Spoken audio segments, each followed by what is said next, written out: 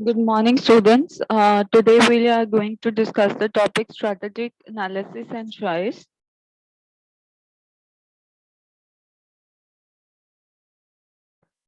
The learning objectives of today's discussion will include what is the meaning of strategic choice, the process of strategic choice, what is strategic analysis. Then we'll talk about the techniques of strategic analysis, and our discussion will be limited to these three techniques only: decision matrix, GE 9-cell matrix, Hoffer's product market evaluation matrix.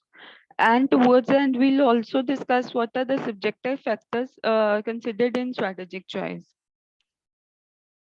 So let's start with the meaning of strategic choice.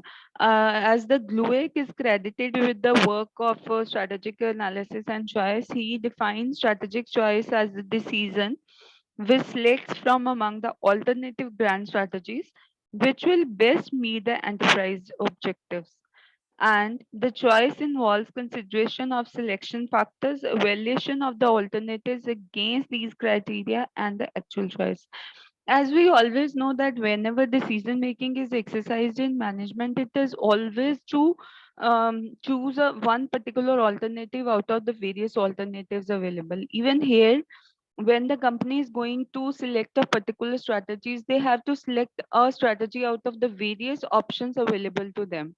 So strategic choice helps them to choose the best strategy out of the various strategic choices they have, and this choice is exercised on the basis of the various selection factors, and on the basis of these selection factors, each and every strategy is evaluated and the final choice is then made. So the process of strategic choices is basically a four-step process. The first step is focusing on strategic alternatives. Second is analyzing the strategic alternatives. Third is evaluating the strategic alternatives. And the fourth step is the choosing from among the alternatives. So let's discuss the first one, that is focusing on strategic alternatives.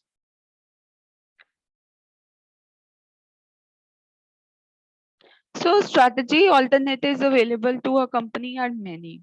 So most companies are faced with a dilemma that whether they should consider all possible alternative strategies, or should they limit themselves to selected alternatives on the basis of certain given guidelines.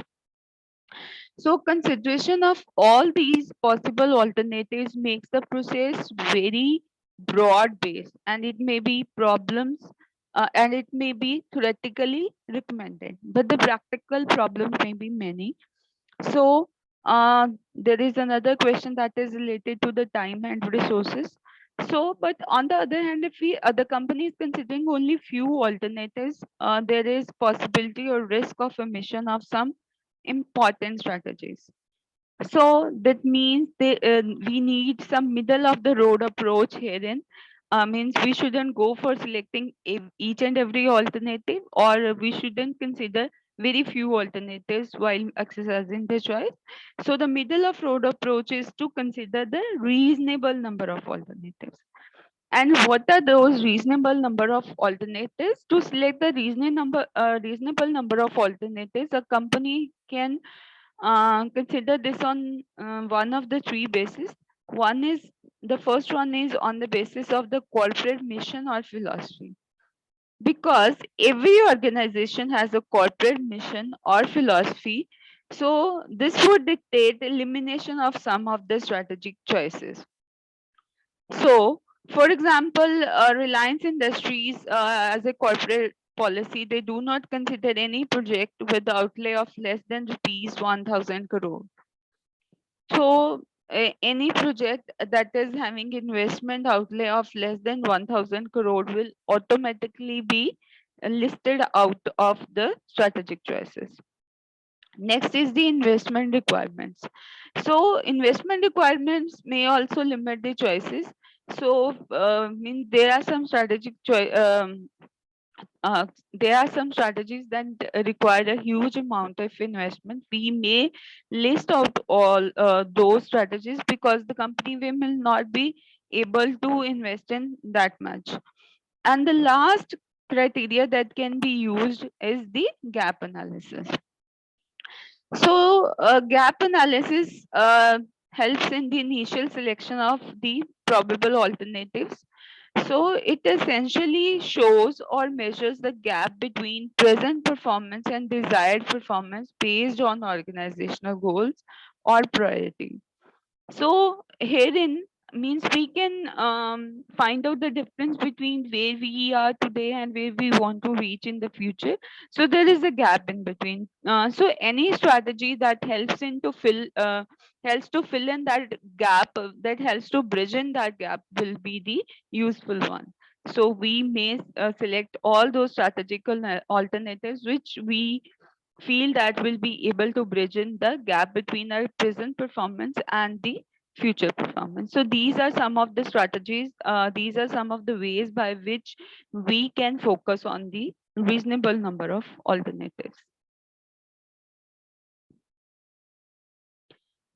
So once the company has selected some alternatives, when it has focused on some strategical alternatives, the next step is to analyze the strategic alternatives. So analysis of these strategic alternatives has to rely on certain factors, and these factors are termed as selection factors. So selection factors determine the criteria on the basis of which the evaluation of strategic alternatives can take place. So these selection factors can broadly be classified into two categories. The first one is objective factors and the second one is subjective factors. Objective factors are based on analytical techniques, and these are the hard facts of data used to facilitate a strategic choices. So example of an objective factor is the market share, which is expressed in percentage of the total market share of a company's business in the industry. On the other hand, subjective factors are based on one's personal judgment and or the descriptive factors. So, example of subjective factors could be the perception of the company's top management regarding the prospect of the business in the coming 3 to 5 years. So, once we have analyzed the strategic alternatives on the basis of the objective and the subjective factors, next is to go for evaluating the strategic alternatives. So, valuation involves bringing together analysis done on the basis of objective and subjective factors.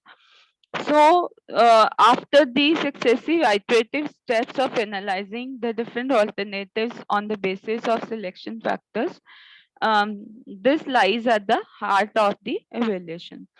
So there is no set procedure, and the strategist may use any approach which suits the circumstances. But what is important to observe is that we consider only the objective or subjective factors. It does not help in evaluation. Both the factors have to be considered together.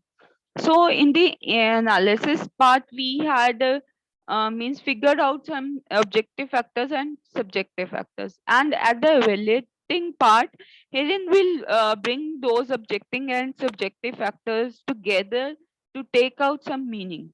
Otherwise, it will not be of much help. And now coming to the last step, that is choosing from the among the strategic alternatives. Now the company has evaluated the various strategic alternatives available to them on the basis of the combination of some objective and subjective factors they have selected. So the final step is to make the strategic choices. One or more strategies have to be chosen for implementation. So a blueprint has to be made which will describe the strategies and the conditions under which they will operate. So this blueprint is basically the strategic plan, which will help implementing the strategy later on. So beside the chosen strategy, means the company should select one particular strategy and then they should select some contingency strategies. Because in case the strategy they have chosen is not they implemented in the way they wanted, they can go about implementing the contingency strategies in that case. It will save the company from incurring losses.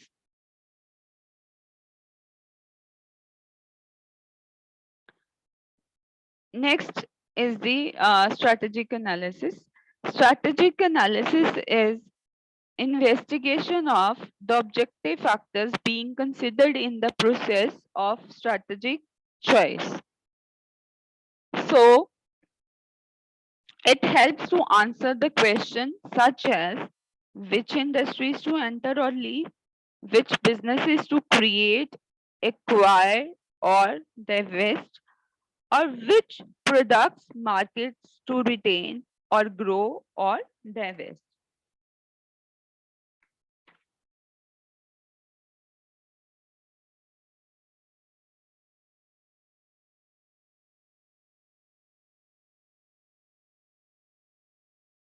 So next is the techniques of strategic analysis. There are a number of techniques that can be used for undertaking the strategic analysis.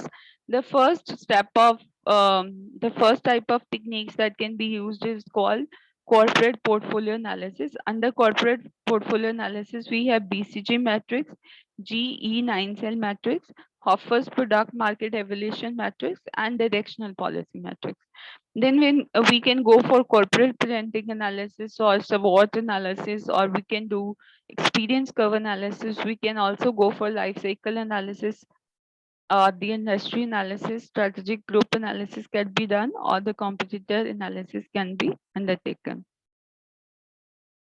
So the techniques we'll be talking about today are all of the corporate portfolio techniques.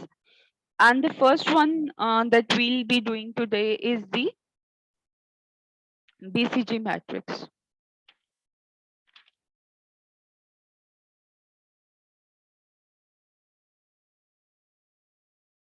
So BCG matrix is based on the two dimensions. One is called the market growth rate, which is related to the cash uses.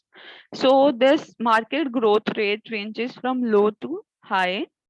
And then on the other dimensions, we have listed out the relative market share of the company in the industry, which is related to cash generation. So this can also range from low to high. So this is high dimension and there we have low. So based on these two dimensions, the businesses could be classified into four different categories. And for each of the business, company can adopt a different set of strategy based on its competitive position. So this star first in the first dimension we have star businesses. Star businesses are those businesses which are having high growth rate and their relative market share is also high. So that's why these are called as the star performers. Star performers are those businesses which are generating uh, high cash. So they are generating more and more cash because they are having the largest market share in the industry they are operating in. But on the other hand, because their the growth rate is also high, so their usage rate is also high.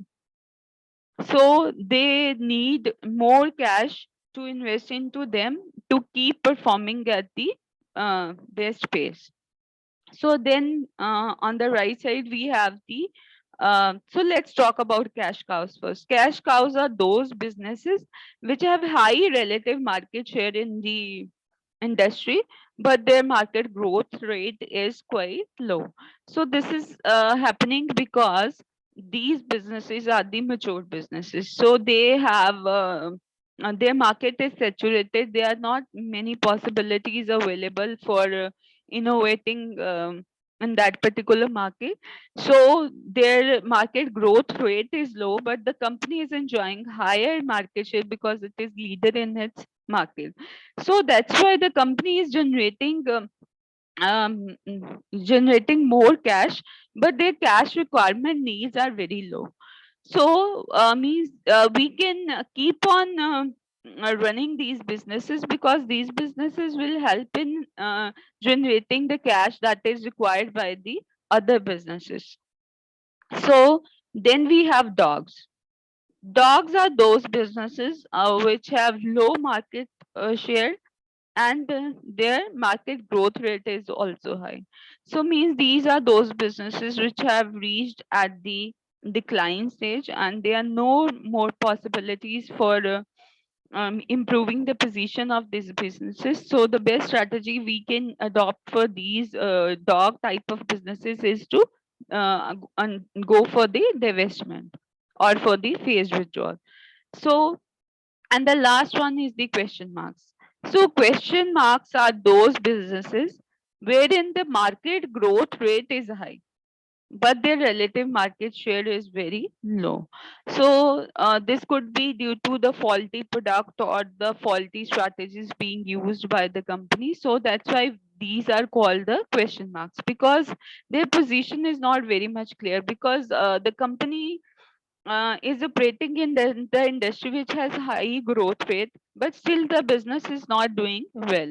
So herein the company should go for means improving its position, because as the market growth rate is high, so it has potential for growth. So the company should invest in some means more money, and they should go for research and development to find out the underlying causes for the underperformance of this particular business, so that they can improve it later on.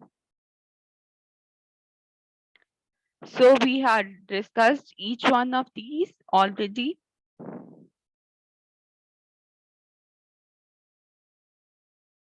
Next is the GE9 cell matrix.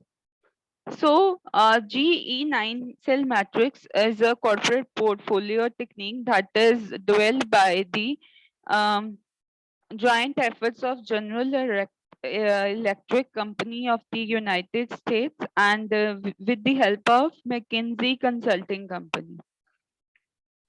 So, this matrix is also known as the stop light strategy model. It attempts to overcome some of the limitations of the BCG matrix.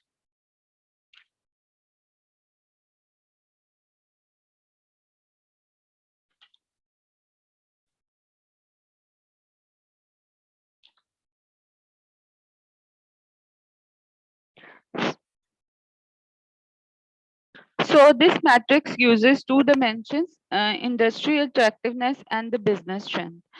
Uh, so as you can see here, the vertical dimension is called industry attractiveness, and the horizontal dimension is named as the business strength, which is also the termed as the competitive position of a company. So on the basis of these two dimensions, the businesses are divided into 9 categories instead of the 4 categories listed out by the BCG matrix. Here we have divided the businesses into 9 categories. So again, you could see that have means colored the set of 3 businesses into one color. That is, these are green businesses. This is the yellow businesses, and herein we have used the uh, red color. So, according to the GE9 cell, the businesses are divided into 3 zones, and these are depicted by 3 different colors, as I told you: green, yellow, and red.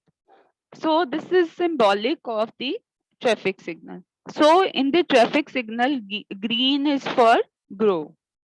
So green signal is used for to indicate go, and yellow is a signal used for wait, and red is a signal used for stop. So this is the reason why this particular matrix is called the stoplight matrix. So each zone of the matrix, each zone, okay, so this is the green zone, this is the yellow zone, and this is the red zone. So each of the ion of the matrix represent a specific strategy or set of strategy as shown in the figure. So any company would ideally like to be in this green zone because herein industry attractiveness is either high or medium, and the business strength is either strong or average. So both way it is having the uh, good competitive position. So this indicates expansion strategies based on investment implication and the other organizational factors. So that's why I've written invest or grow. So that means these set of businesses are the one that can straight away go for expansion because they have a high potential, because their industry attractiveness is also good, and their business, their competitive position, their relative position in the industry is also good. Then we have another set of businesses, yellow, which are represented by the yellow color. So these are the businesses that represents different combination of industry attractiveness and the company's business strength. So means these are the one that are in each range. So means this particular herein we have the strong business position but low industry attractiveness. This is the average competitive position and the medium attractiveness, and herein we have high industry attractiveness but the weak competitive position. So this is the neutral zone or the middle course. So the recommended strategy in this particular zone are to hold and the maintain type. So basically, means the strategy suggested for all these set of businesses is to go for the stability strategy. That is to have the a wait and watch type of approach, so that when they get any opportunity, they should grab it on immediately. The last set of businesses is the red zone, and it also contains different industrial effectiveness. So that is the business strength combination is average and weak, and on the other hand, industry effectiveness is also ranges from medium to low. So this prescribes the retrenchment strategies, that consist of the restructuring of the business to go for divestment, to go for liquidation, or to use the turnaround strategy. So for all these set of businesses, we can either go for restructuring, or we can do divestment, or we can liquidate our businesses, or means we can go for the turnaround.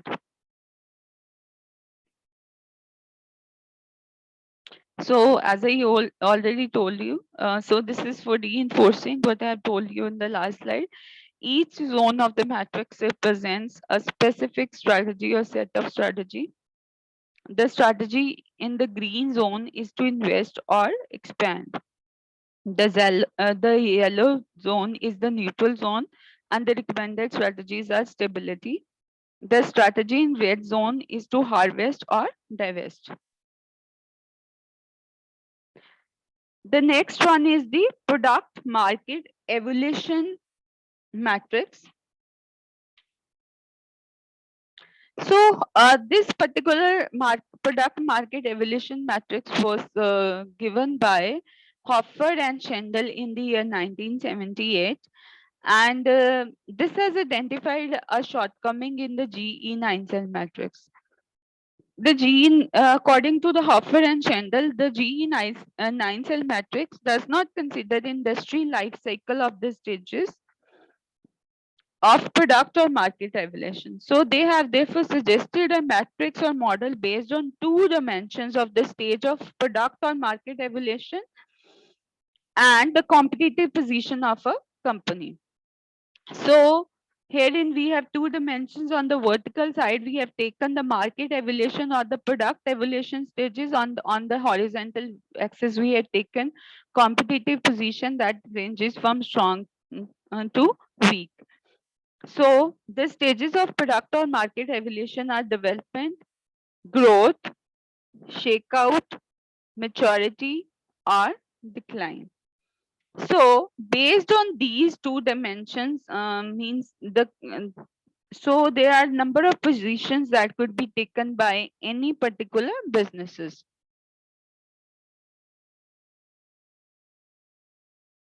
So herein, let's talk. This is a business A. So business A represents a product or market situation which has high potential, and because of strong competitive position of the business, it should follow expansion strategy because that needs large investments. So coming next is the business B.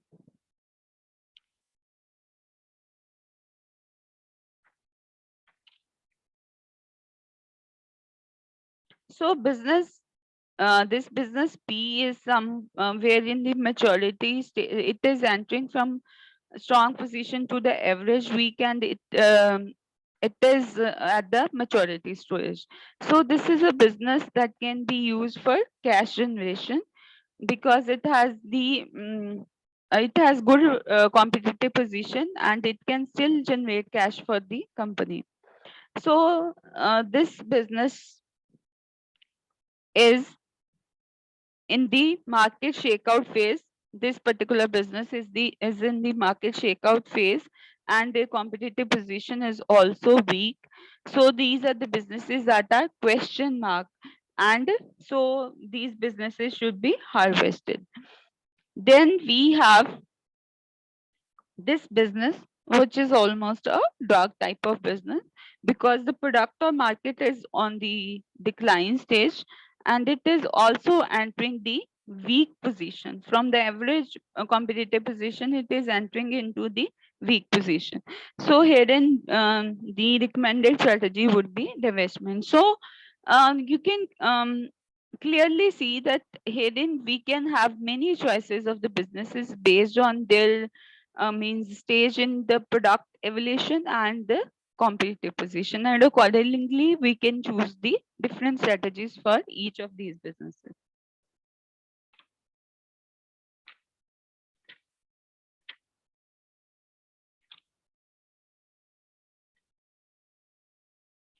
So then we already discussed what subjective factors are. Subjective factors are based on one's personal judgment, and there are number of factors that we have to consider for exercising the strategic choice. The very first factor we should consider for is the government policies. So this is a significant feature of the Indian economy. Despite a series of liberalization measures initiated since 1991, it still remains centrally planned and somewhat regulated. So state intervention in business is very evident. So strategies within organizations are aware of the crucial role that the government plays in setting down policies and priorities. So while exercising the strategic choice, we just cannot simply ignore the government policies. We have to give due considerations to the policies designed by government from time to time. The second factor is perception of critical success factors and distinctive competencies. So these two means factors, critical success factors and the distinctive competencies are important issues in the environmental and organizational appraisal. So how they are perceived by the strategists make them important subjective factors in important subjective factors in strategic choice. So when while considering several strategic alternatives, strategists could be guided by the distinctive competencies that the organization possesses and the critical success factors that ensure success in an industry. The next is the commitment to past strategic uh, actions. So it is quite rare that an organizational completely breaks away from its past strategies and select a totally new course of action. So experience shows that they move in an incremental fashion. So when the strategists are going to exercise the strategic choice, they are more likely to start from where the organization is, where the organization currently is, and work up in the way that has been adopted by it to reach where it was or where it will be in the future.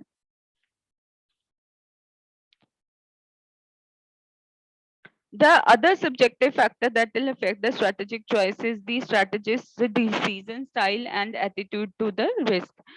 So, decision style adopted by the strategist, particularly the chief executive officer, and their attitude towards the risk is a determining factor in exercising strategic choice. It is of much interest to note that given the same set of environmental factors and identical organizational factors, two organizations may follow different strategic paths based on the decision style and attitude to risk of the leader of that particular company. Then next factor is internal political consideration. So by internal political considerations, we mean the strategies, interrelationships, and power structure and balance. When strategy formulation is viewed as a political process, strategists are viewed as a coalition of interests.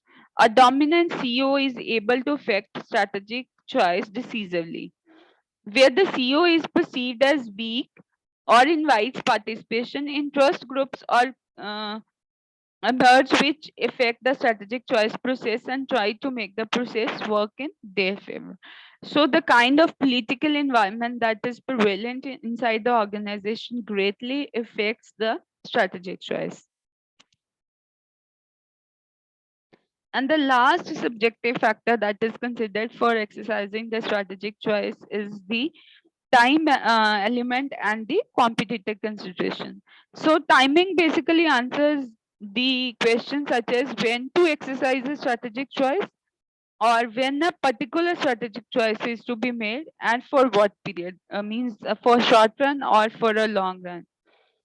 So, and the competitor action is also considered in strategic choices. So means we just cannot completely ignore the type of strategies being adopted by our competitor. Generally the company chooses a particular strategy in response to the strategies being adopted by their competitors. So the competitor considerations are also to be taken care of while exercising the strategic choice. Thank you, students. Thank you. That's all about the strategic analysis and choice.